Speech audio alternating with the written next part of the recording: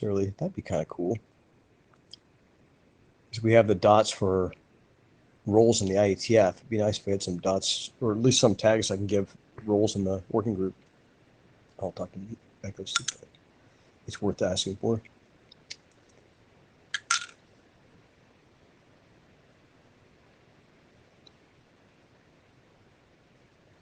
Okay, we're right at the start time. I think, let's see, a first presenter.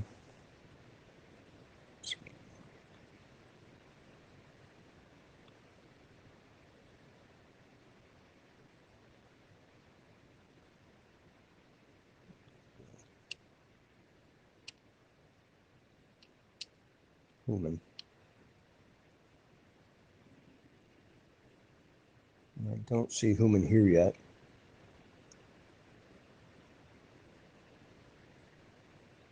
Just get a little bit. Tony, kick when you're back.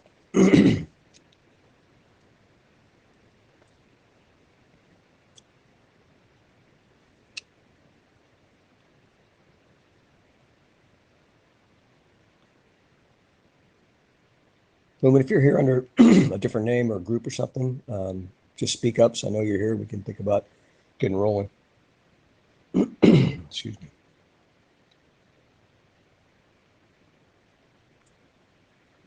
Navarro, I just replied to your email.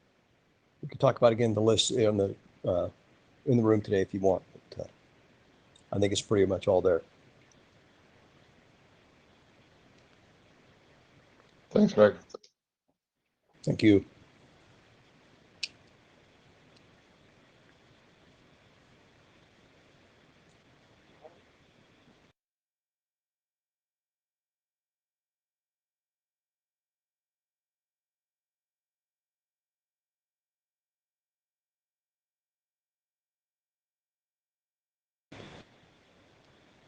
Okay, Tony's back. So looking for Human. He's our first presenter after our status. Hi, Greg. I'm here. Can you hear me? Oh, yeah, I hear you. Excellent. Thank you very much. All right, Tony, you see any other reason why we shouldn't get rolling? Hi, everyone. All right, everybody. What I've got a question on process, actually, if you can give me some feedback here, Alvaro. On taking notes now, I've got the little notepad thing up. Is the intent that people put their own stuff in there, or we have someone directed and everything's done at that tool? Is that with the intent with minutes? No, so ideally, we would do the minutes the same way as before, right? You would have a minute taker. Yeah. The advantage of the shared minutes or the shared place there is that then I can go there, for example, and add the question that I asked, or clarify something, or spell my name correctly, or whatever it is. So there's the opportunity for other people to help, but ideally there should be someone responsible for that. But that one person should be working on that doc as well. Right. Ideally, there would be someone. What we did before, just open up a text pad and write on stuff, right? Or Word doc. So now we do it before we have note taker, but they do it there, and everyone else can go in and make corrections or add their own questions. Okay. So that means we need a minute taker, a volunteer of some kind. To throw something in, I saw with the other working group was that they actually also take the chat and they paste it after the minutes into this notepad stuff, which I like a lot. Sure, but that means we only get the minutes from the notepad. No, people still will be speaking. Someone still needs to type in there. We still need a note taker. Yeah, of course.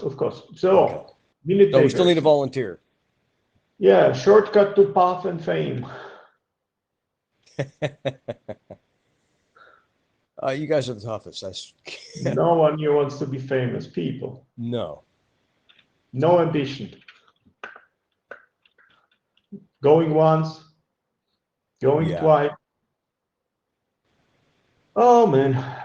All right, I'll take a minute.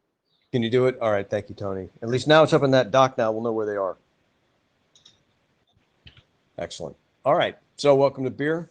Welcome to whatever time zone you're in, and pretend that you're not there.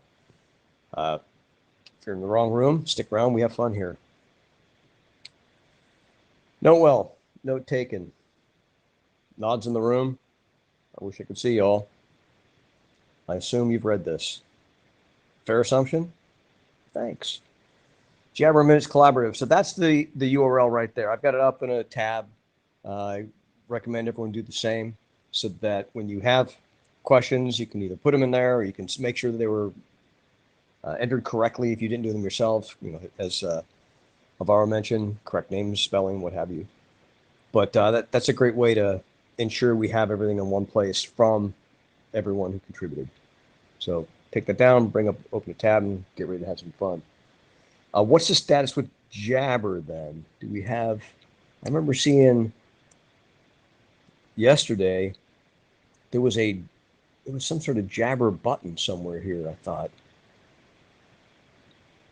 Okay, go to Alvaro. So the chat that you see in Miraco That's is Jabber. connected to Jabber, correct? So you could be on Jabber. Okay, so we'll see a little. I was going to say there's also a new tool that the IETF is using that is also at the very end, Solid Bot, I guess. It's the new IM thing. If you guys know where the Jabber logs are, all of this goes into the log as well. If you don't know, that's okay. The Jabber what? I didn't catch that. The Jabber logs. Logs. So everything on the Jabber is logged and saved. Okay. And then that's what we then import over into the hedge. All right. Excellent. Okay. Tony's got minutes. I want you all to feel really guilty about that.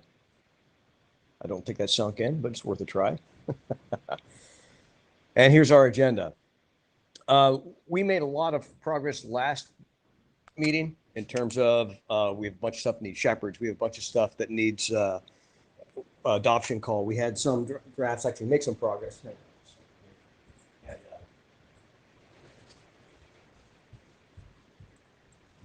To be completely frank, it's been summer and I've been gone and I've been as offline as much as I possibly can. So some things progressed, some things didn't. Now it's cold and wet and I'm stuck inside, and I think we'll be making some progress after this. All right, anything missing from this agenda? All right, Human, you up? Oh, go ahead, Alvaro. Hey, thanks. I just wanted to say I don't think there's anything missing in the agenda, but what caught my attention, and this is really for the whole working group, not just to you, Greg, or Tony. We're not going to have time, right? We have 40 minutes if time permits, and unless I shut up right now and everyone does it very fast, we're not going to have that. It seems that maybe we can have an interim at some point. It seems that everyone took the summer off because the list has been very quiet, and we can't make progress with a 10-minute presentation every 4 months, if time permits, right? if I have enough time to do that. So what I want to say is that it's up to all of us, the authors, the chairs, and people who are not authors who can review documents, to make these things progress, right? Because there's no way that in 10 minutes we're going to be able to get an update, dig into the issues, and resolve them here. We have to go to the list, right? Can I add to that complexity? We don't even have time after this where we be us in the bar and do it as well, right? So it's even worse than a normal meeting.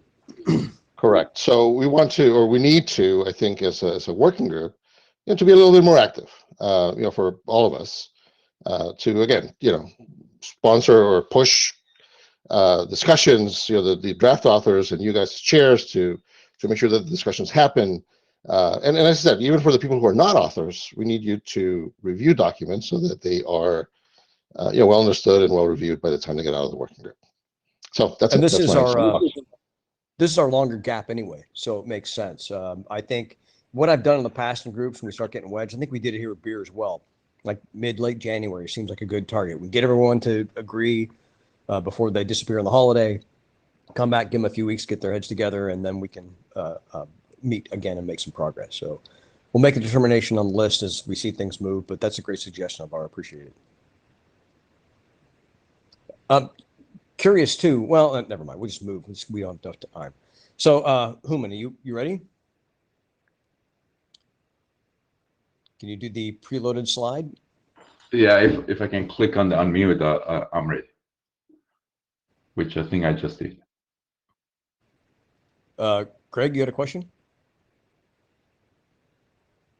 I wanted to ask about in course of discussing progress of PathMTU discovery in beer, what I found is that we kind of stuck with the beer ping document. I'm afraid it's expired. So I would really appreciate help of chairs and AD reaching out to the pen holder and asking of status and if need some help. If the pen holder needs help, I can help and edit the document, because to progress PathMTU discovery and beer, we need to finish the ping document, or at least they need to work together. So you're one of the authors, aren't you? Yes, I'm a co-author, but I'm not pen holder. Okay. Well, hopefully you guys are in communication as well. I mean, we can kick, but you're entitled to as well. Yeah, that's kind of not working. Okay. You need another boot or two. All right. Well, that's my intent after this meeting, going through all the docs and see where they are. Sandy put together a fantastic list for us last time, and we moved some of that along, and we'll just go from there. Probably get comment from the entire group on the list and where these docs are, and we'll start moving this stuff, because that we're going to need that anyway to kind of see what progress we make before we get to an interim, to see what extra things we need to do, which ones we need to focus on, etc. So yeah, I greatly appreciate Human's volunteering to shepherd their PathMTU discovery, but yeah, we'll need to progress the ping too. Excellent. Thanks. Okay, Human, were you waiting for me to authorize you to do something? I just hit the. No, I send you folks a slide, so I don't see them being shared on the. Or so if I stop sharing slides, I think that's a start. You go up there and there's a share preloaded slide button. Oh, okay. Now I need to get on another PC. I thought I sent this slide. I thought I sent this slide, Sandy. Yeah, if you could share it, I would really appreciate it. Okay. So this is actually a pretty cool tool. You hit this, everything that's been that's why I asked to get them all up ahead of time, so we can just pop through this. So I'll hit this. I'll select your, you beer MLDP. I'm going to go back over. No, yeah, MLDP. Excellent. All right. So that is on top of the queue on this doc. Boom. And share. And I'll step through them for you. What did it do? I'm stopping sharing. Okay. I'll try it again. MLD share. There it is. Wonderful. Perfect. So I think a couple of IETF ago, I went through this. I think we asked for last call because we haven't got any comments or any questions on it. We were hoping that the last call would start generating some comments, questions on the draft. I personally didn't see the last call email going around, so I thought maybe it's good to give everybody another refresher on what we are trying to do on this draft. So if you could go to next slide, please. So this draft is really V2 of the PIM signaling over beer. We are trying to achieve the same thing with MLDP over beer. The entire point of this draft is that if you do have a customer that or an operator that wants to go from some of these legacy multicast protocols to the beer, they probably want to upgrade some of their part of their networks one at a time. Usually they might start from the core or whichever part of the network it is, and this draft will make it easier on them to upgrade a part of the network on the MLDP network to beer without really changing the software on the routers that are doing MLDP.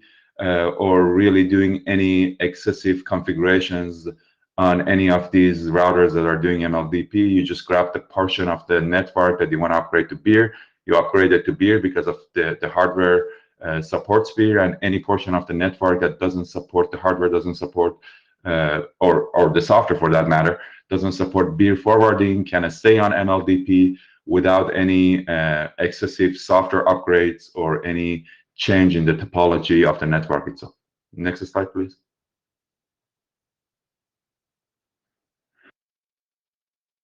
We are using RFC 7060.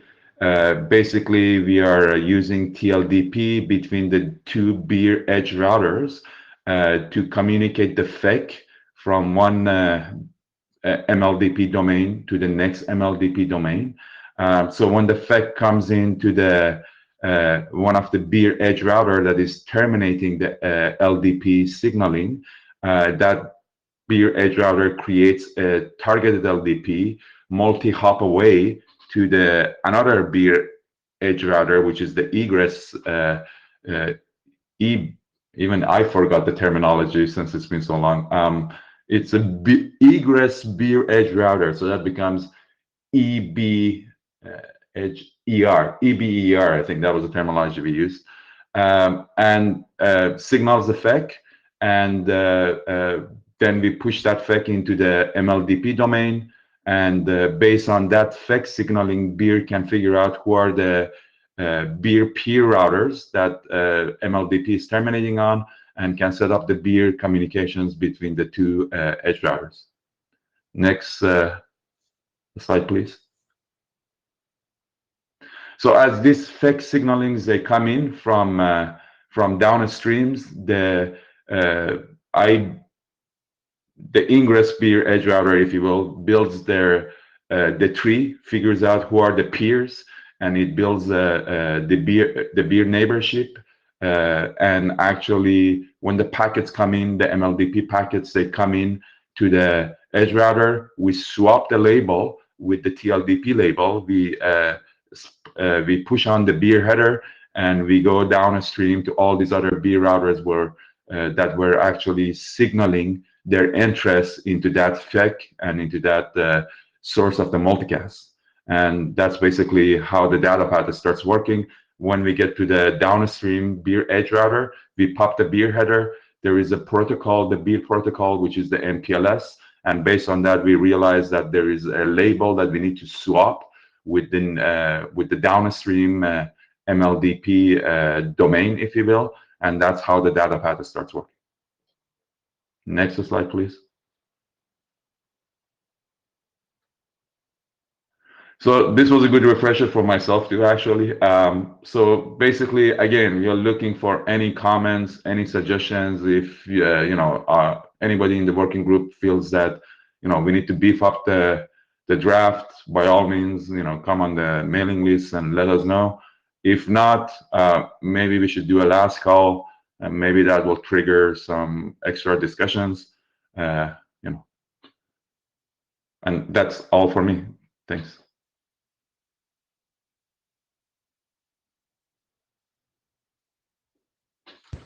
Questions? You gotta turn your mic on. So this is Loa. One thing is you could send you could send a mail to the MPLS working group and ask for comments also. I have read the draft. There are almost no changes that is significant for MLDP, but it might trigger some responses at least. And to the shares for beer, I would like a mail to go to the MPLS working group when you start the working group last call for this draft. Okay, thanks. In parallel? You're asking in parallel? Oh. When you start the working group last call, just send a mail to the MPLS working group, telling us that you have started the working group last call. Yeah. Okay, gotcha. Just inform the list so they can jump in and take a look as well. Yeah, and actually they should direct comments to the beer list, not to the MPLS. Yeah, exactly. So that's what I was saying. Is it was last call in our group. Comments should start there. But it depends on the integration. But oftentimes it then goes over to the chairs of the other group for approval, as before we take it up to publication. But having early feedback is a good idea. At least one of you is subscribed to the MPLS list. Just send the mail. Yeah, absolutely. All right, thanks for that suggestion. Alvaro? So you can just CC also MPLS on the last call. Also, can you please copy Bess, just in case there's someone there that wants to take a look at this as well. I have a question. I was going to say I have a question about the draft itself. I haven't read it, but it is marked as informational. That's yeah. Thank you. I need. So I guess you're saying you're going to change that. Yeah. My apologies. Yeah, I think that might have been a copy paste mistake. I will change that. Upload it again.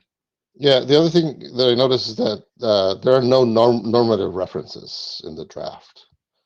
So please check that, because there should be normative references.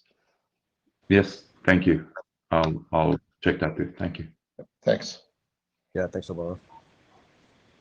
Any more questions on this draft and prezo?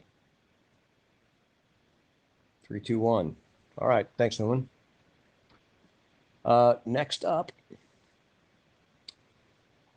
we have the PCE-based beer. We see 2 presenters, either one of you in the room. All right. Grant preloaded slides. There it is. Okay, I didn't see that before he hit the button. Now it makes sense. Hello, everyone. Can you hear me? Yep, we hear you. Okay.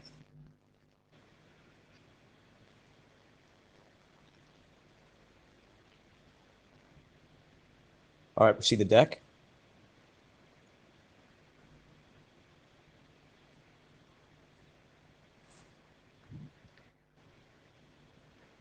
Hello, everyone. Yeah, okay, excellent. I'll go mute. Go ahead. I'm Huanan Li from China Telecom. I'm going to introduce our updates.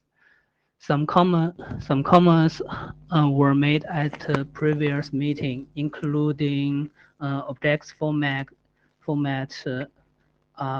dense, and it is suggested to break this PCEP objectives down more. In this update, the overall process has not changed. Our main change from the previous version is to put some duplicate fields into TLVs, increasing the extensibility of these PCP objects. We defined 4 new TLVs, namely multicast source address TLV, multicast group address TLV, VPN information TLV, and beer information TLV. Among these TLVs, VPN information TLV contains RD and forwarding label. The label length can be set to 0. Beer information TLV contains router identification information in beer domain or subdomain, specifically subdomain ID, BFR ID, and BSL. The multicast source registration object can be used in both beer and non-beer scenarios. In beer scenario, it should include other 3 TLVs, exclude multicast group address TLV. Multicast receiver information object can be used in both beer and non-beer scenario. In beer scenario, it should include all these 4 TLVs.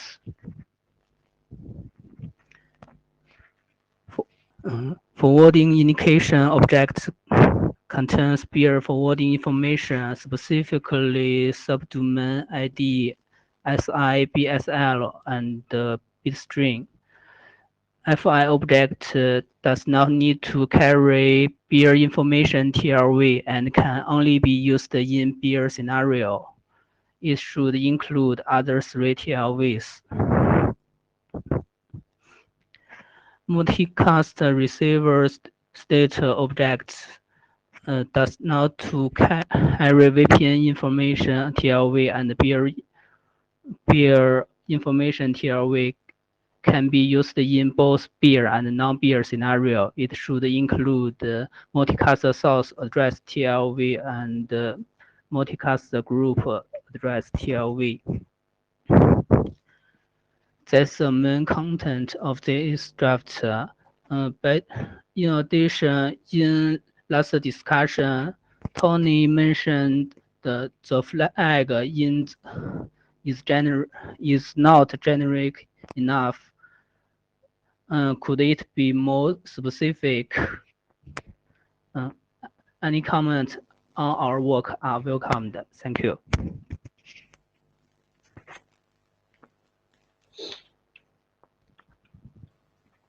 Okay, no cue. Then I comment as participants. So read the draft with great interest. All cool.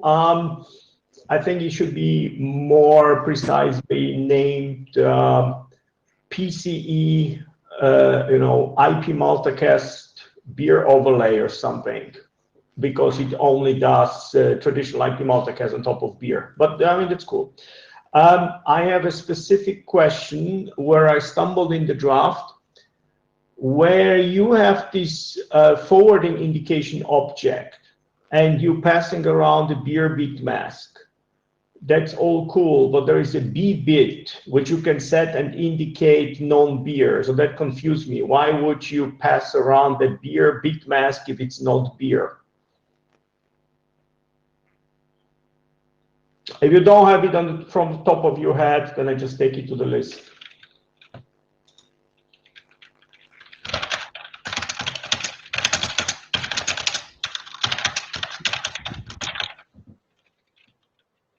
Hello?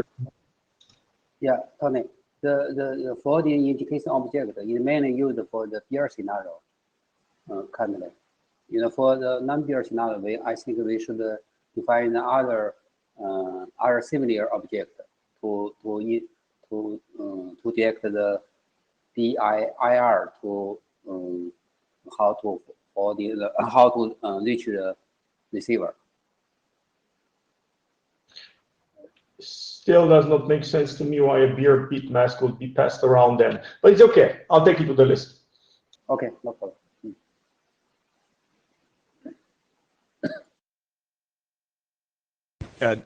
Just general comment. I'm happy to see this as one of the initial architects of beer, even before the BOF. We were seeing all these scenarios, and this is one that came out, basically, the signaling over the top. And I guess the question I have going forward on this is, do we want to make this the definitive document for all PCE regarding beer, or just this particular scenario, and then just pick things up as they come down the road? Just general. I'm not looking for an answer. I'm just thinking something to think about, and we'll take that to the list as well as we move this thing along.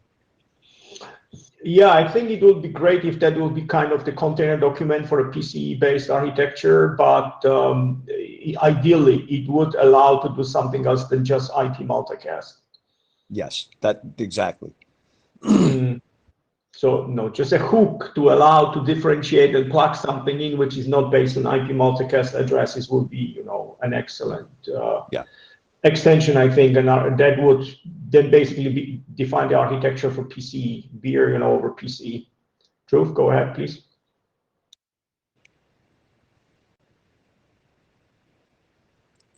Dhruv? Can you guys hear me? Yeah, go ahead. Yeah, thank you guys. The issue that I have is, oh, sorry, I posed the question in the chat, and you guys can continue. I'm having some audio issues. We hear you now. Oh, he's gone. All right. Try again. A lot of feedback. That's why I was canceling. So I know my voice is clear, but a lot of feedback for me. Okay, no problem. Thank you. We'll go to the list then. All right. Any more questions? All right. Next up, Jeffrey on slicing.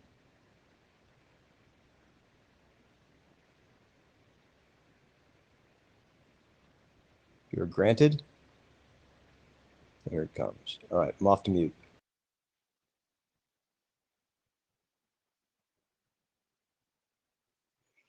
Okay. So this is about some thoughts on how to do slicing and traffic differentiation in beer. I'm presenting on behalf of the co-authors here, Jeffrey and Tony. Next slide, please. Am I sharing it myself, or are you running? Looks like I need you to run the slide.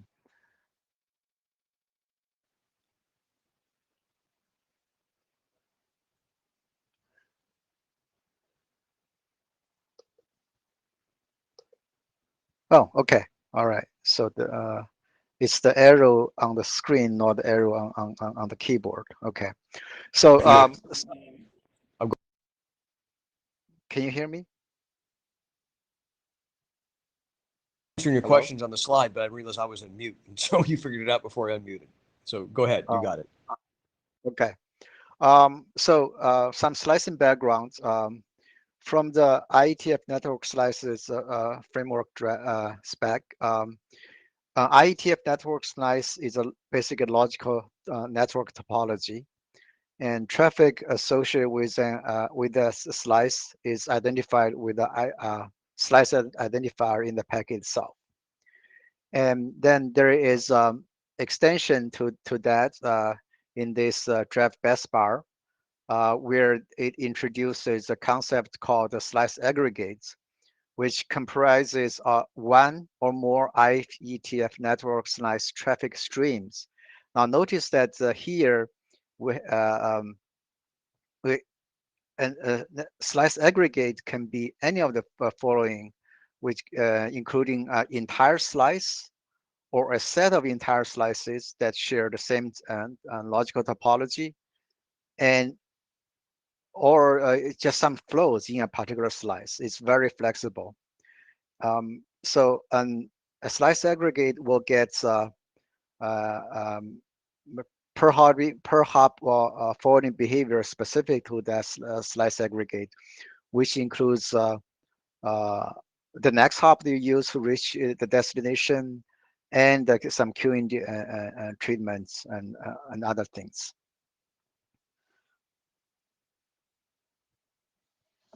And now some related to beer background.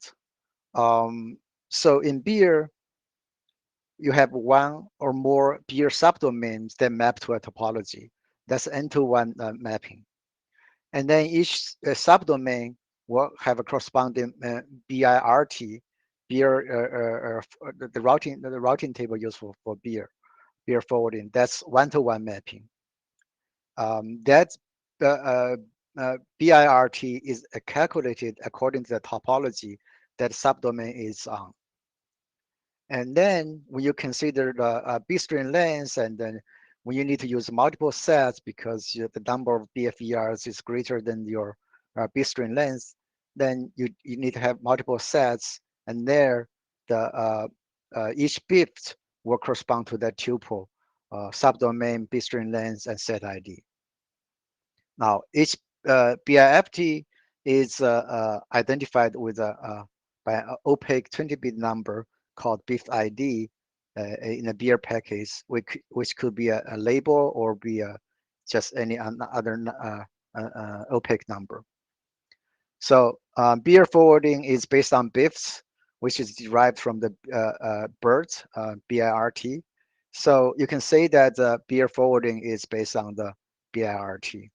But the important thing to notice here is that for a particular subdomain, all packets, regardless of the flow, all packets to a particular BFER are forwarded to the same next hop BFR or same set of ECMP next hop BFR according to that BIRT.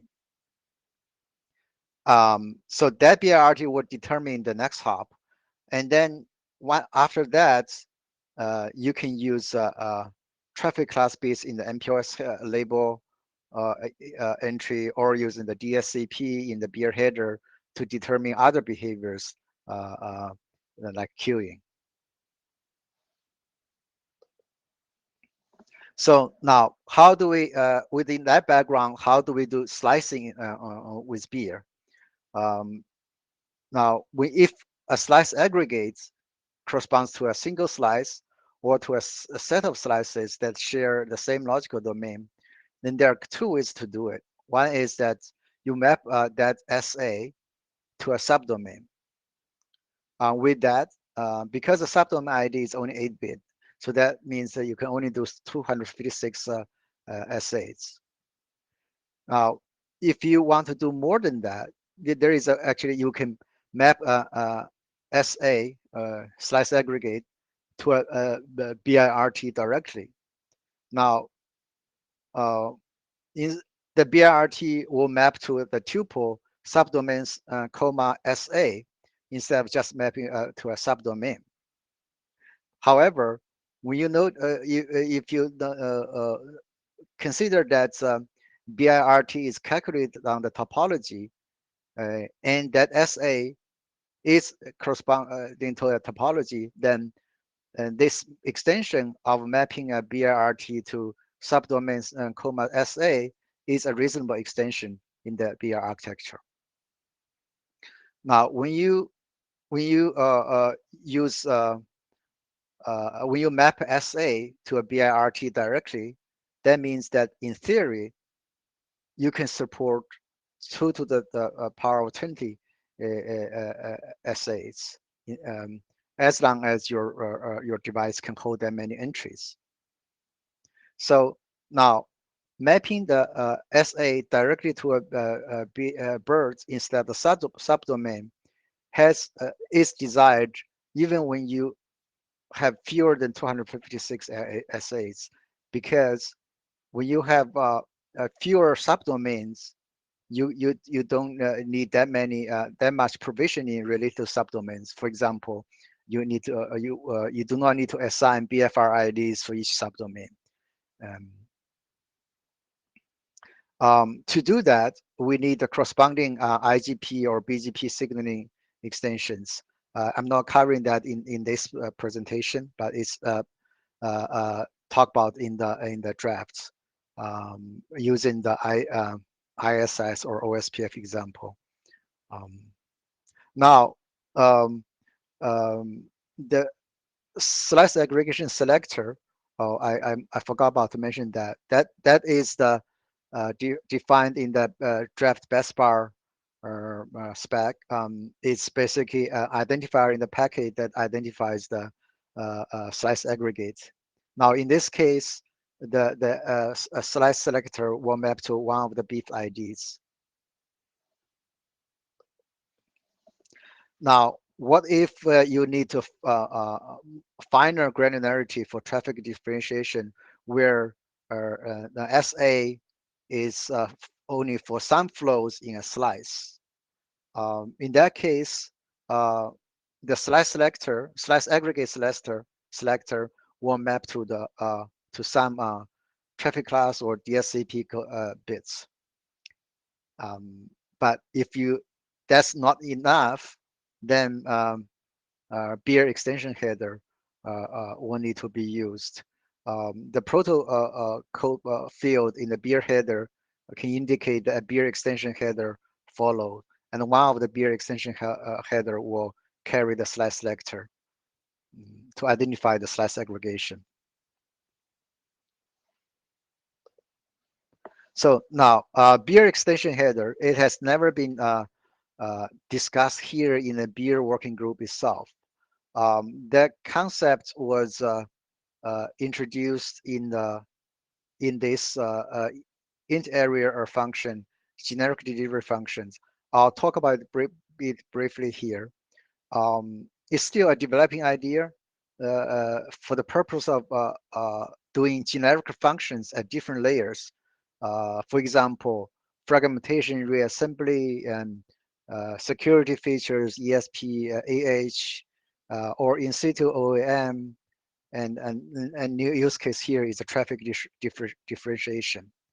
We want to be able to do all these generic functions across different layers, whether it's IPv6 or beer or MPOS or whatever.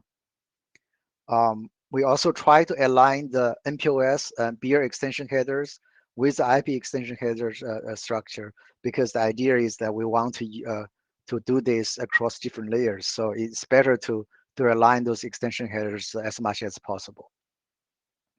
So that draft has some talks about the both MPOS and beer extension header, but that's just a container draft, and the specific MPOS extension header and the beer extension header will be discussed in beer. It's just we have not officially brought it here yet, but this is like a teaser here that's we will start talking about the beer extension header. So yeah, next steps. We introduced this concept here, and in the drafts we did provided the signaling for either ISS or OSPF, and we will need to specify all those details for the other signaling protocols, and more importantly, we will want to start talking about beer extension headers in beer working group, both for this purpose and for other purposes. Obviously, we appreciate the comments on this. So that's the presentation.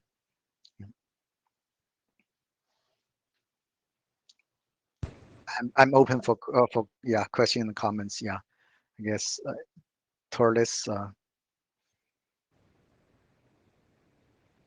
So one of the cool things we can be doing better is better QoS. For example, the per flow stateless QoS, which I was presenting in TSN and that sorry, in that networking group, and I was actually also explicitly referring to the problem that we need extension headers that support these mechanisms better, and that it would be great if we wouldn't have to reinvent the wheel between MPLS and IP, and obviously also beer for these type of QoS extension headers. So, and beer specifically, of course, is the of course better even with BeerTE, the technology to allow the stateless multicast replication to go along with the stateless QoS that would be driven by an extension header. Yeah, indeed, that's the intention of that generic delivery functions drafts, and better QoS across treatment across different layers. That's one of the use cases here. Yes. And I think what we're missing out, and I think that's for us to go on Friday and see what happens with the hop by hop header for IPv6, is how we can try to see, how not only get buy-in with the MPLS design team, but come up with a proposal that also would be accepted by 6men, 6op, whatever the V6 side is.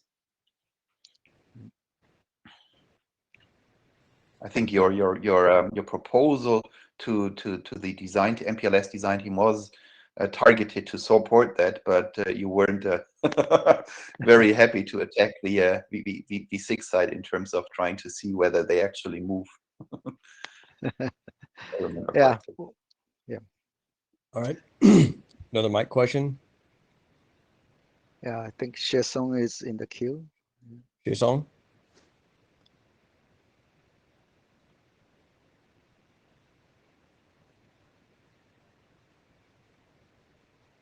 I don't know if you're speaking. We can't hear you. She's on. Can you check your mute?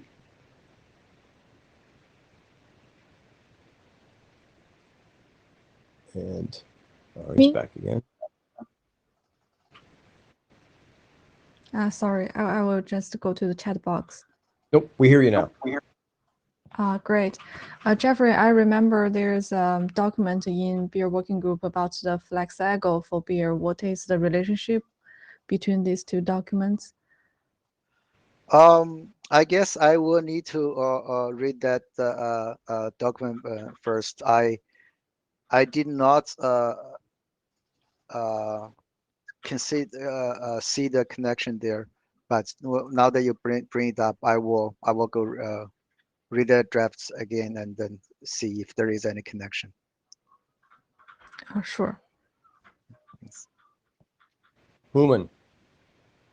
Yeah, on the same lines, the IPA and the FlexAlgo stuff on the beer, I thought we were trying to solve the same type of issue with them, that you create a FlexAlgo slice, if you will, blue, red, whatever, and each subdomain is being binded to that slice. Now, honestly, I haven't read this T's IETF network slices. I'm not even sure how they're trying to identify a slice. Like, it might make sense in IPv6, but in the MPLS world, I need to go to read the draft. But yeah, just for the working group, that IPA and the FlexAlgo stuff, that I think that was the idea behind it too. The FlexAlgo may be used as a the control plane signaling protocol for to define the topology. I think right now this draft mainly talks about how in the data plane we can have slices. But I will go back to that FlexAlgo draft and IPA bar stuff and to see the connections. All right, Sandy, the question.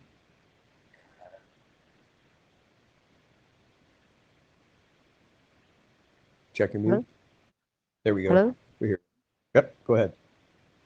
Okay, I think it's an interesting topic, and I read the FlexAgo beer draft and this draft both, and I think that the FlexAgo is aligned with the subdomain. So one FlexAgo is equal to one subdomain, and this draft is take effect in the subdomain. So I don't think it's the two is conflict, if I understand right. Oh, that's my opinion. Thank you. Any more questions? With Jeffrey? Okay, thank you. Okay. Next up is Torless. You got the next two prezos, Torless. So hopefully you can be able to grab those as well.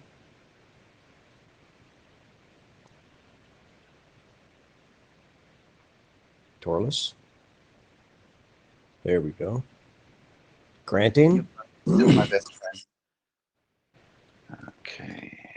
Share. Right. So reclaiming time for the working group. So there is no 11, unfortunately. So we got the complete ISG review at the end of August. One discuss, which is easily cleared. There was a typo in the pseudocode. Thanks, Benjamin. And a long list of good comments from 8 reviewers. And then, unfortunately, an unexpected busy September, October with conflicts like me being on NomCom and see next slot. So I'm working through the 11 as we're speaking and hope to have them out soon. I really want to take the opportunity for the comments to also improve the document. There was, for example, from Benjamin this thing that he was always confused about when we're talking about beer, what was meant. So in terms of, is it the overall architecture that is inclusive of BRTE, or just the non-BRTE, as he proposed me to prefix it.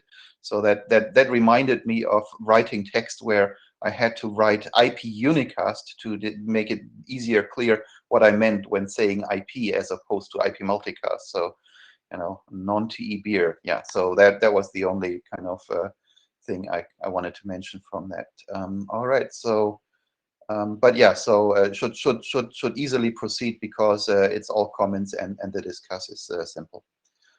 Okay, next presentation. Stop sharing slide and give me one more.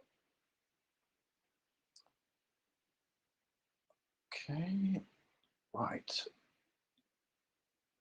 So this is a mouthful, kind of why write a document if you can write everything into the title. Carrier grade minimalist multicast using beer with recursive bit string structure addresses. And this is actually based on the work done by a team of colleagues in Beijing.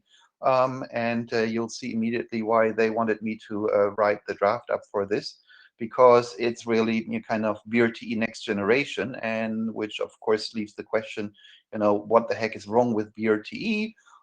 And BRTE is, in my opinion, the best forwarding solution for the target constraints. And the target constraints were that we obviously wanted to have steering for a beer, and we didn't want to change the forwarding plane at all. So we ended up, for some particular options in BRTE, to have very small changes, like the do not clear bit or so, but in the end it is pretty much like the beer forwarding plane, and that was the goal. And that, unfortunately, as we've seen working in the working group through all the comments and concerns about scalability, does lead us with a lot of complexities in BRTE. The fundamental reason is that we have flat bit strings in the packets, which can address only, let's say, a total of 256 bits. And then part of that is for BFERs, and part of that are for adjacencies like links in the topology to get across. And splitting up the topology so that you fit the bits into this is a problem in BRTE. Makes a controller complex, makes it really important to save the number of bits that you're doing. Same issue exists to some extent in beer, but less severe. So especially for BRTE, that flat bit string is really something that makes the controller plane difficult with all these options that we have, like ring bits and point-to-point bits. Kind of, you don't see it in the forwarding plane because that's simple, but the controller plane is difficult. And then also you may end up requiring a larger number of copies because you need to split up the topology across more bit strings than you actually would need, because you can't fit them all in a single bit string. So ultimately what we have operational, both for the humans and the controller software complexity, less traffic efficiency for forwarding plane simplicity. So, which brings us back to what is actually the vision that we wanted to get with beer, in my opinion. And so this is what we gave the visionary name for the service providers, for the carriers, right? We want to have really a minimal multicast solution that really becomes simpler. So controller does help to simplify a lot of things. And when we, for example, also manage to eliminate the duplication between beer and the flow overlay by extending beer or the control plane all the way into the senders and receivers, so that they don't have to bother about IP multicast at all, and all the overlay signaling, then we're fairly fine on the controller plane. I think we can also afford some more intelligent forwarding in the forwarding plane. And this is basically what this draft is primarily about, because this is just the vision part. And that is effectively why the heck can't we basically make the bit string a structured a data structure in which we effectively replicate the distribution tree that we want the packet to have, right? So if you want a packet to be replicated from R to 1, 2, 3, and to N, and then from 1 to, you know, again, some number of BFRs, well, we can basically encode that in a structure. So, and that's shown here. You have a fixed field in the beginning. You have the bit string for the local node that is processing the packet. And then you have a sequence of, you know, what we call recursive units, one each for each BFR that you are sending the packet to. And of course, once that packet is forwarded to one of those BFRs, you are going to rewrite the address. You're pretty much extracting the recursive unit for that neighbor from the address and make that become the new address, and that's what you're sending the neighbor. So what the neighbor then gets is effectively its recursive unit, which again has the bit string of where it should replicate the packets to, and then the you know, recursive units for the, you know, further hops. And so yes, there is some overhead for you know, the structuring here, right? We basically need to include some type of addressing field that tells us how long the recursive units are. But that is pretty much the only structural overhead. The rest is just bit strings. So instead of having a humongous bit string to represent the whole topology, we're only requiring to include the bit strings for the nodes that the packet actually is traversing. And so here in more detail to walk through, and there is one bug in the picture which I fixed in the draft. So the draft has exactly the same example. And that exactly shows that in all the glorious detail. So when the packet ultimately gets to a client, of course, for the clients, you don't need another recursive unit. So there is a new flag then in the BIFT, which basically says whether or not a particular bit is to a BFR or to you know, punt up and send it to a receiver. That is then ultimately the only complexity to work through. So the draft has, of course, oh, wait a second, this is not the slide yet. So let me summarize here on the slide. First, the simplification and performance enhancement that we're getting. So obviously we don't need loop prevention through the clearing of bits, because by just extracting the recursive unit for the next hop, we're kind of achieving the same goal. So that is for free, the loop prevention. We don't need to split up the topology into different SI or multiple SD bit strings. So the amount of state that we need to maintain on every BFR is minimal. It's just, you know, one BIFT sized exactly to the number of bits representing the number of you know, links to neighbors, or, you know, if we want to have overlay, of course, tunnels to remote neighbors. There is no need for all the complicated, you know, bit semantics to optimize and limit the number of bits we have across the whole topology. And so this, of course, is especially great for sparse distributions, meaning sparse multicast trees. And I think we know that most multicast trees are sparse. The network is large, but the number of receivers we need, they may be anywhere, which is why, you know, we had problems with the BRTE. But they will be small, so they'll very much likely fit into a single you know, packet header of maybe up to 512 bits.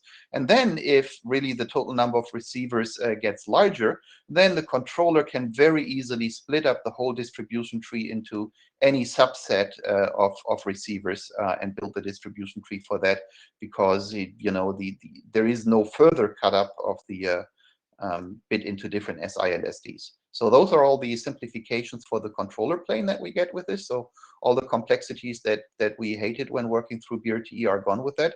And now we have the cost of business, of course, in the forwarding plane.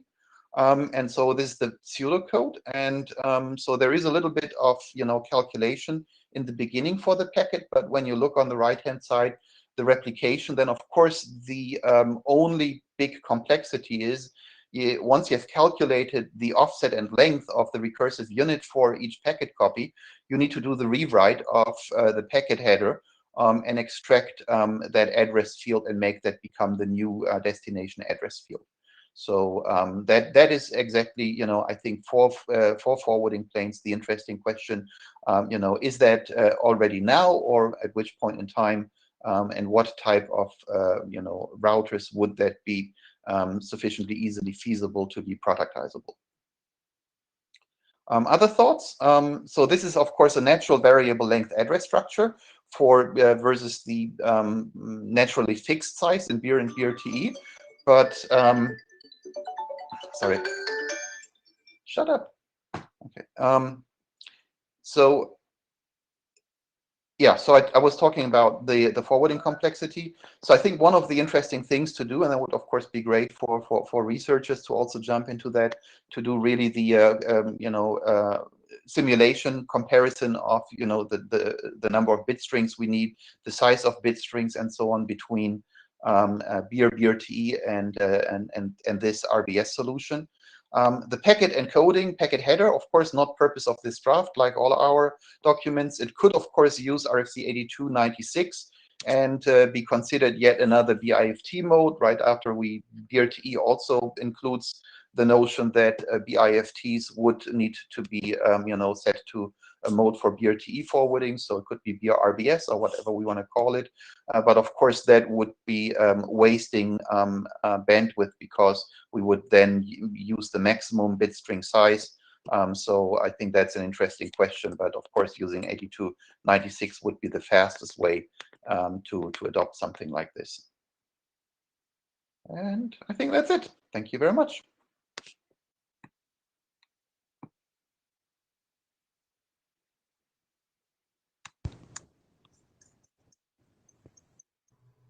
All right, we going up? Zhao? Is that Jeffrey? Yes. So let's say you have to reach 2,000 edge routers. How many bits would you need?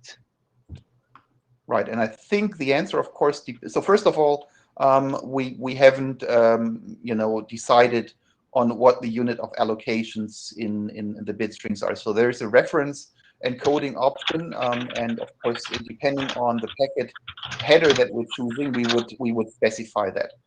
So here it's assuming for BIFTs to be every bit long, so units of bits, the whole forwarding engine units of bits.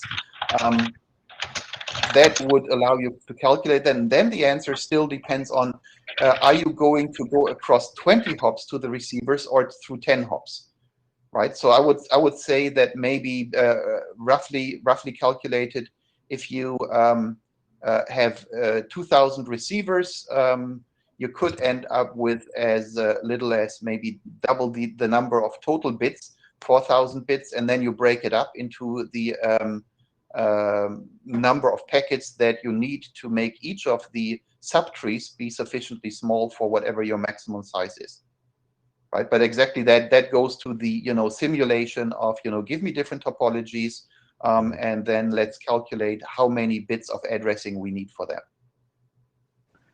Okay, so basically, at least the number of bits, number of receivers. And then depending on how much explicit control you need, you need to add more bits. Okay, thank you. Yeah, you need more bits, but you don't have the problem in BRTE that you need to do a lot of design up front, right? You simply, on every BFR, you simply have a BIFT. You have 100 interfaces. You have 100 bits. You have 10 interfaces. You have 10 bits. So that is plain and simple, and then the controller ultimately just needs to figure out into how many packets to split it up to send it, right? So there's never the problem of getting through any topology. The larger the number of steering bits are, the more overhead they do. But that's the cost of business of doing traffic engineering, right? I mean, the same thing is true for segment routing, of course. Yep. Thanks. All right, TNG. Oh yes. Hey, Thomas. I saw the similar session has been presented in another working group. I think the Internet Area Working Group. So this is regarding some logistics things. Did you get any feedback from that group regarding your session? Yeah, I'm trying to remember. This week was so busy, and I would say I have to go back to the notes to remember. There was some feedback. There were some questions, but fortunately, I forgot. Where was it No, presented? but I think the whole point was in the int area, there is a lot of discussion about variable length addressing and what their benefit is. And everybody is only talking about unicast. And so I was specifically going there to say that we actually have the best track record in the IETF of what we can do more and better with addressing, even when it was fixed lengths, right? Remember all the things we did in IPv6 with the addressing, and beer, of course, being a cool new semantic, and this one being a proposal, that expands beer in a way that we can get more out of variable length addresses. That was the purpose of presenting to int area. Okay, thank you. Thanks. All right, Sandy. Mute. Hello? There we go. Hear you. Go ahead. I'd like to know if the bits has been worked in the bit string will be cut. The question is, if the so basically on every hop you're extracting a recursive unit, right? So every bit string in the structure is only examined by one node, and once it's examined and acted upon, it's not seen in the address anymore, because you're removing all of that before forwarding the packet to the next node. So your bit string will be shorter and shorter, right? Yes. So it's like MPLS, yeah, right? You consider it to be a bit string MPLS type of operation. You're always discarding what you've used. Popping it off. Yeah. Got it. Thank you. All right. Any more questions? Tony. Yeah, coming from my side. So first, Torles, your draft names start to sound more and more like folded proteins in biology. You better watch it now. I know. I need to stop that. Please help me. Tell me a better name to shorten the draft name. Yes. Yeah. So that's of course, it's a joke. My question would be, if we even want to look at adoption of the stuff, is that covered in the charter by the BRTE moniker, or is it something else completely? I mean, I'm sympathetic to mucking around with the semantic bitmask if it makes sense. We just need some kind of license, to stretch this story farther. I have no answer. It's just more something that I put into the room. Okay. Yeah. But when we do so, go through that. Let me know so I can help, because I have some other working group where stuff has been lying around with that question for 4 years and they couldn't figure out. So.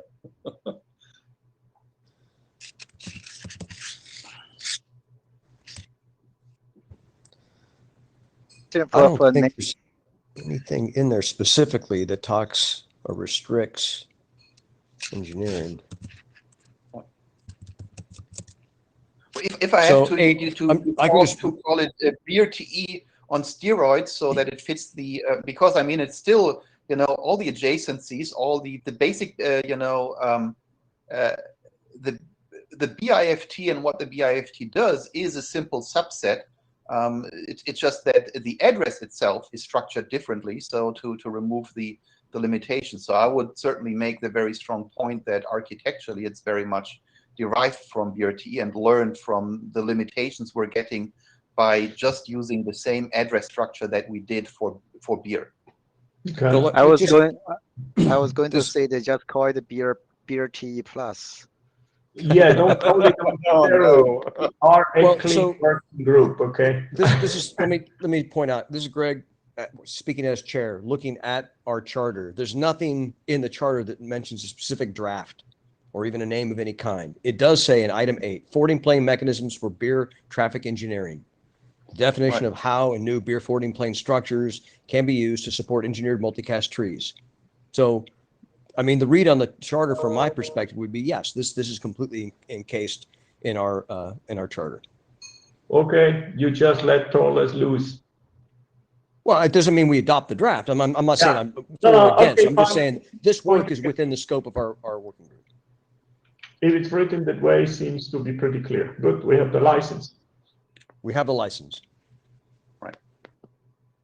And I think also, the working through BRTE, which will be finished, yes, very soon, I think we also identified the concerns with this, scale and topology engineering, which the draft so largely now documents. And so I think that also should serve as evidence that something that gets rid of that problem would be very useful. Or at least improves it. Yeah. All right, any more questions? So I'm willing to put on 10 more minutes. We have yes, I can go TE through in LAN. 10 minutes. Try to in 10 minutes. Go ahead.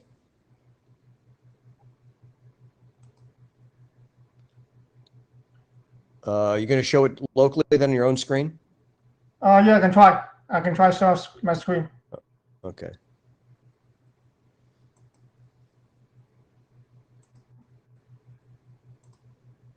So can you see my slides? Not yet, but I'm behind a soup can and string.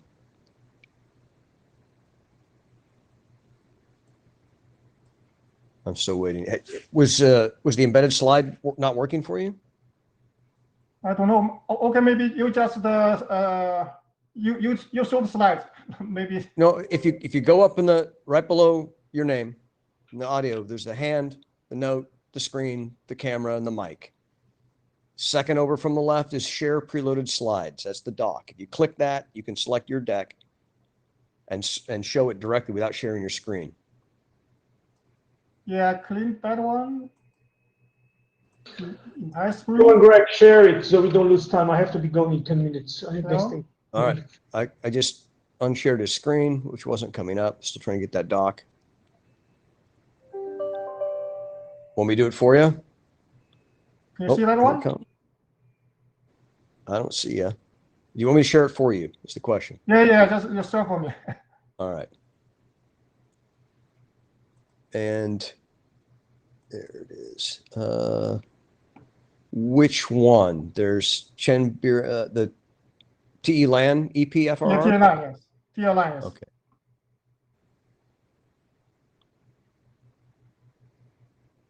That it? Hello, everyone. Yeah, because today I'm going to talk about the BAT for broadcast link. Next page. So there are issues in existing BAT with multicast links. Egress node on the multicast link may receive duplicate packages.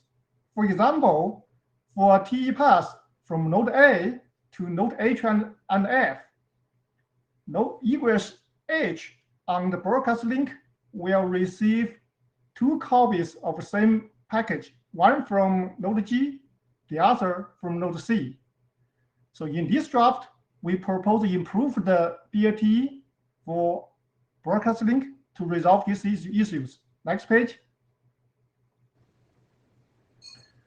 Actually, can we go back to 2? I'm going to have a question specifically about the problem statement.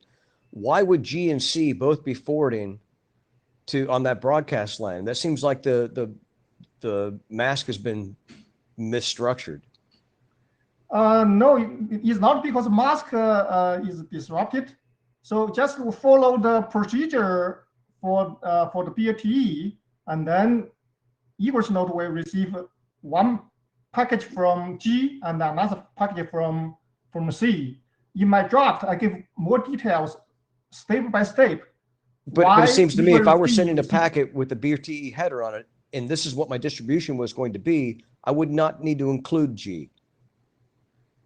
It would not need to be set in order to get to that destination. G will send to G, and then B will send to C. Yeah, I understand, but why? Why would you set G in this topology? If C is capable of getting it there, you build your tree with your PC, however you've done it, you build your mask, and if you included G in this, there's been a mistake. There's no need necessarily, is there? Thomas, do you want to quickly jump in? I mean, I can imagine there's a scenario where this problem exists. I just don't see where it is here. That's all. This is more of a problem, it's with the PCE that made a mask that creates this condition. Yeah, that's So, depends. So I mean, the duplicate packets would only happen when you put more adjacencies than one across the same link. So the controller has always the task to avoid that.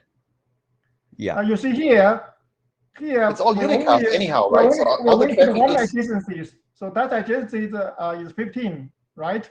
And then we have another adjacency for 12. 12 is for the destination F, right? Yeah. So don't include G. Yeah, for this one, for destination F, we don't include G, but we see distribute that one to F because on the B, node B will not remove the adjacency 15 for G because we're just it's a remote. Toros, can you help? Sorry, I need to wrap my head around a little bit more. Can we take it to the list? I mean, Okay. Yeah, take to the list. And then in my draft, I give more details there. Yeah, go ahead then. Oh, I'm forwarding. There we go. Yeah, here for a multicast connect to for a multicast broadcast link connect to multiple nodes. So we assume these nodes are connected to a pursuit node PX. For a connection between a pursuit node PX and a real node, we will assign two bit positions, one for non-connected adjacency, the other for forward connected adjacency from pursuit node to real node. So for line connected adjacency from a real node to pursuit node, that real node will act as a proxy of a pursuit node. So this is similar as OSPF and ISS. For example, just in the matter of saving time here, right? Just to cut to the chase. Is the proposal to have something like the beer packets be layer 2 multicast across the that LAN? Yeah, this just introduce a proxy nodes. So nodes, the real node will connect to the pursuit node. So this is similar to are you going to OSPF. have? Are you going to have packets being sent as layer 2 multicast so that they can reach multiple BFRs on the same LAN? No. You're not. Okay. No. So this one, just the real node will send the package to pursuit node's next hop. So one implementation is that the real node will fakely send the package to pursuit node is not really sent. So just and then from there, real node will fake or acting as a proxy of pursuit node and then send the package to the pursuit node's next hop. In fact, the one implementation is that real node will have two forwarding tables. One is for main forwarding table, and the other forwarding table is for pursuit node. When for the non-connected adjacency, real node will get the forwarding table for pursuit node and then send the package to pursuit node's next hop.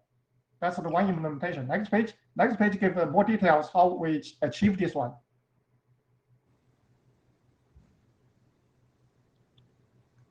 So next slide. Yeah, next slide. Okay, let me know. Next slide, just the one implementation. So node C will have a main forwarding table, is normal forwarding table, just contain 9 connected adjacencies from real node to the pursuit node. And then this node also have a forwarding table for the pursuit node. So this forwarding table for pursuit node is for containing adjacency, forward connected adjacency to the pursuit node's next hop. So that's for one implementation. Next page. Yeah, this gives examples and then shows that we improve the BAT and then we will not have duplicate packages. Next page. Yeah, that's all for this one. Yes, I have to look more at the examples. There obviously is the option in BRTE for an adjacency or for a bit to have a list of adjacencies to which to replicate. So I'll have to really sit down and compare whether what you're proposing cannot equally be done with that existing option. Yes, yeah, go ahead. And then you look at the draft and then have details. Yes. Thanks. Next page. So right now I'm going to talk about BA equals protection. Next page. So in BA equals protection, in previous page covers the case that node backup equals node protect primary equals node, which assume that those nodes are sent their BA package to the same CE receivers. So this solution is intended to cover another case, which is case B, where backup equals nodes protects primary equals nodes, but these two nodes will send their BA package to different CEs. So these two cases is indicated by flag. So S flag S equals to 1 means they will send it to the same receiver, which is the case covered in the previous version. S equals to 0 means two nodes will send to the different CEs. This is the new case. Next page. So the solution for the case B, so it's working like this way. So backup equals node protect a primary equals node is configured with a flag indicates whether these two nodes send their BA package payload to the same receive CEs or different CEs. Flag equals 0 means that they send their payload to the different receive CEs. IDP will distribute this information in the network.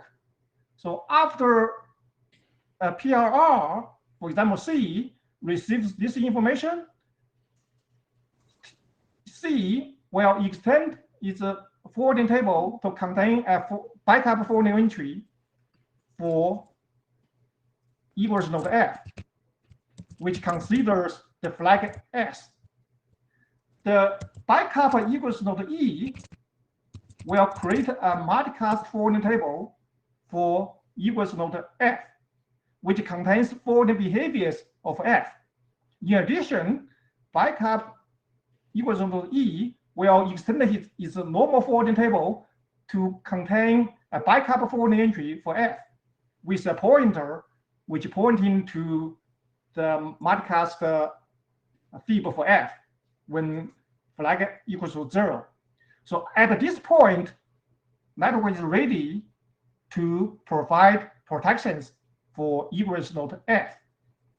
After F fails, both C and backup equals node E have to detect the failure of F.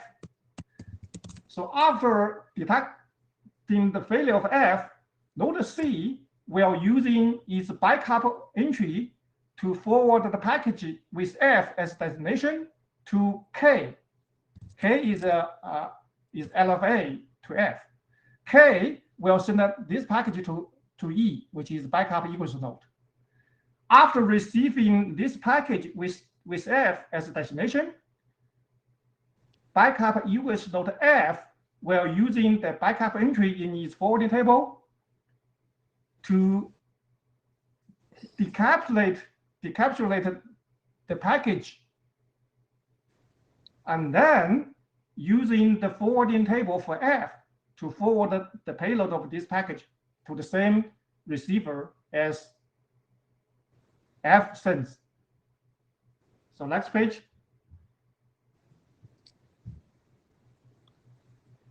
Yeah, that's roughly about it. Any comment for this draft? Jeffrey, you got a question? So once you do the case B, why do you still need case A? Yeah, that's a good question. So originally we have case A and then cover most of the cases or general cases. As I think some of people raised the question. So in case that if two nodes send their BS payload to different CEs. So we need to cover this case. So that's the background. We propose this solution for case B. Yeah, you're right. If customer configure their network or planning network only have a case way A, then we don't need a case B. You're right. All right, more questions? I have one more answer. Case A is simpler. The solution for case A is simpler and more robust.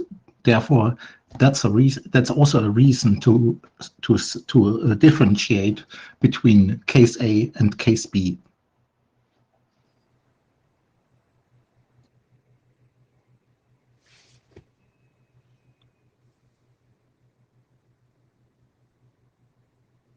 All right, any more questions? We are past our 20-minute push, so we have to wrap this up. We have places to go. Jeffrey, did you just step down? You're done. Are you joining the queue? All right, I think we got to wrap. Thanks, everybody. Thank you. Appreciate the time for extending the session. Yeah, thank you. Thanks for your patience. And we'll be following up on the list with, well, quite a bit. You guys have a great rest of your week. Yeah, you too. Cheers.